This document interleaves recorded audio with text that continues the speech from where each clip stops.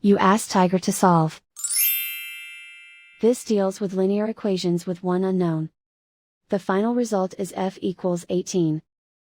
Let's solve it step by step. Simplify the expression. Expand the parentheses. Simplify the arithmetic.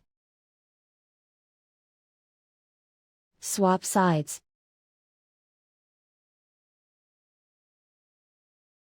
Group all constants on the right side of the equation. Add 42 to both sides.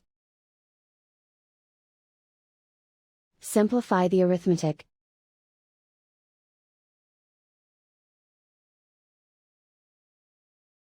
Isolate the f.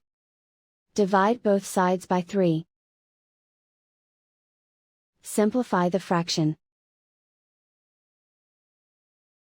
Find the greatest common factor of the numerator and denominator.